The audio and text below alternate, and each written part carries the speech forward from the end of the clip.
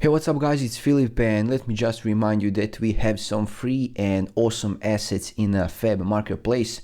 We have a mystery cave over here. It looks really good. We have a carpenter's workshop. Over here you can see that this asset is just AAA. It looks super good. So make sure to put it in your library. And we have an assassin. Over here we can see the character, and don't forget that you can check out the video preview. It's compatible with MetaHuman also, 4-color variant, separate mesh parts and so on.